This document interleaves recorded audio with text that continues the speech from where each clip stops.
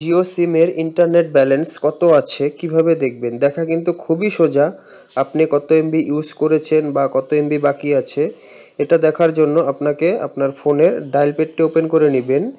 Open করার পরে এখানে একটি কোড এন্টার করতে হবে।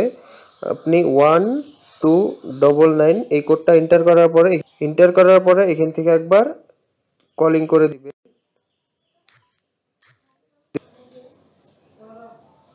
কলিংটা অটোমেটিক কেটে যাবে, একটা মিস কল হয়ে যাবে। মিস কল হওয়ার পরে আপনার ফোনে দেখবেন একটি এসএমএস চলে আসবে। এসএমএসটা আপনি ওপেন করে নেবেন।